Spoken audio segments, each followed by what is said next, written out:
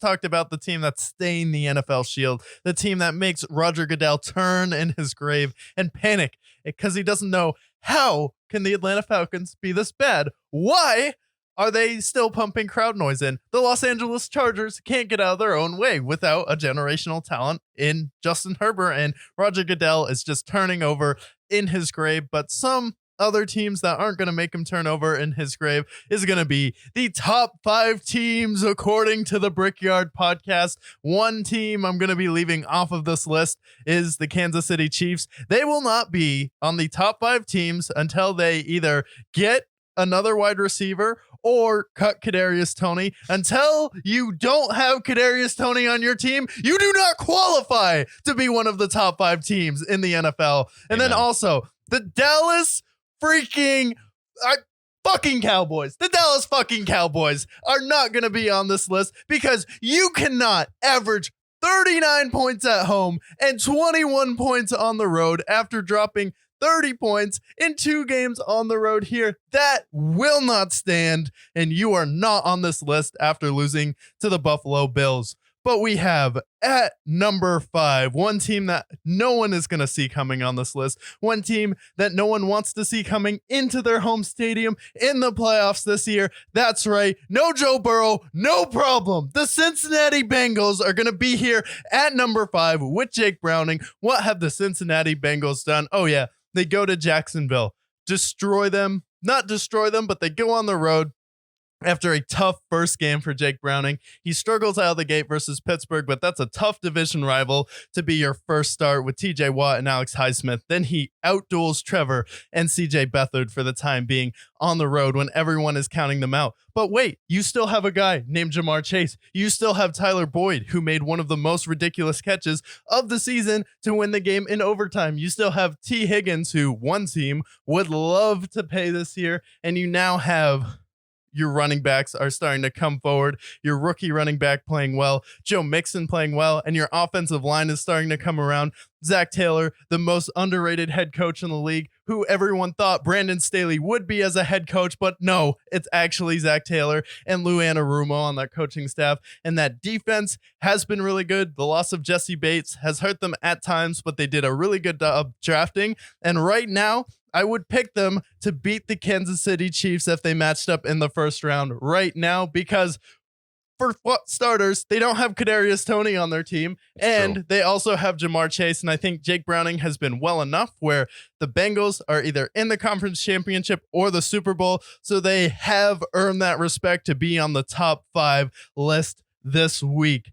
At number 4, you thought they were dead. You thought they lost to Chicago and they were just going to go away. Everyone counted them out and they're like, oh, they can't do anything this year. Wrong. They destroyed the Denver Broncos' hope of making the playoffs this year. They shattered the relationship between Russell Wilson and Sean Payton, and they've done that to a couple teams this year where they made them hopeless. How could we lose this badly to the Detroit Lions when we're supposed to be in the wildcard race? We're only a game back from the Chiefs. Well, I'll tell you what happened. Jared Goff happened with 5 touchdowns. Sam Laporta happened with 3 touchdowns in this game, absolutely breaking out. And the best running back duo coming together happened with David Montgomery. Jahmyr Gibbs. Is one guy going to be on the field? Is the other guy? Some inconsistency. Now they're on the field at the same time, and now we're running it out of the backfield with Amon-Ra St. Brown, Jamison Williams, Dan Campbell on that team, and they don't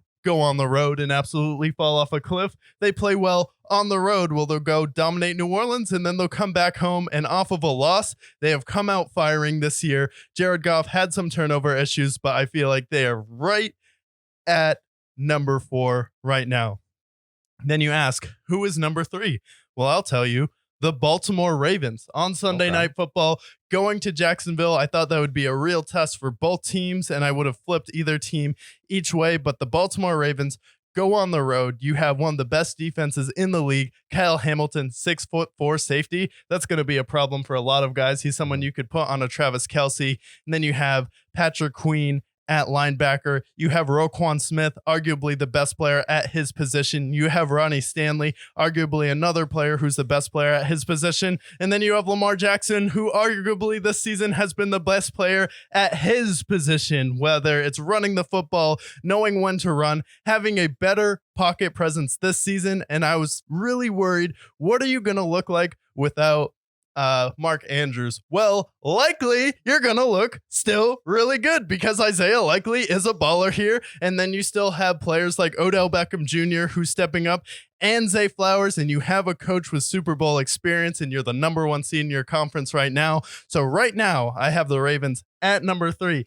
At number 2, well, I have the team that beat the Baltimore Ravens, and you can't blow a 24-10 lead to a team led by Deshaun Watson with a rotator cuff issue and one of the worst contracts in NFL history and think you're going to claim to be the better team at that position, because one thing that the Browns have that you don't is Joe Flacco. And Flacco has come in there with the Browns. Literally, we said about the Browns all season, you have the best defense in the league. You have Jim Schwartz. You have Kevin Stefanski, who's been coaching his ass off. Coach of the year, winner. And that defense has stepped up. We're just like, can you please get someone who can throw the ball down the field, who can throw it somewhat accurately, who's not going to just hold the ball clueless in the pockets. Not DTR needs CPR, not PJ Walker, the XFL MVP. We need a NFL Super Bowl MVP caliber player, and that is one Joe Flacco. He's coming into it out of retirement, off the couch, immediately. David Njoku, target, having the best few games of his career with Joe Flacco. Kevin Stefanski scheming in the run game with Kareem Hunt there. And then you have Jerome Ford, who's been an absolute truck still. You have the best screen game in the league, but Amari Cooper going for 4 catches for 101 yards, which wasn't possible with your other quarterbacks. Or you have Elijah Moore, who has that rapport with Joe Flacco already because they played with each other at the New York Jets facility. And you have players like Marquise Goodman coming out of nowhere for a long pass there. And then you're winning close games that you normally wouldn't win with the Cleveland Browns. And I don't think people appreciate how different the Cleveland Browns have been under Kevin Stefanski than they have been over the past, not 5 years, not 10 years, but the last 30 years with the Cleveland Browns. And this is something special to see, just like the Detroit Lions. So that's why I have them at number 2 right now. But at number 1, the windmills of the league, destroying 4 bird teams. You look at the San Francisco 49ers and you see a dead bird graveyard that they've left behind. And that is because of Nick Bosa, Deebo Samuel, Brock Purdy, Kyle Shanahan, Trey Greenlaw, Fred Warner. And then you bring in Chase Young. You're bringing in Diamador Lenore. You have a Jimmy Ward on that Tre'Davious Ward on that team. Jimmy Ward went to the Texans, but you still have all of these players on your team, and you're the number 1 seed.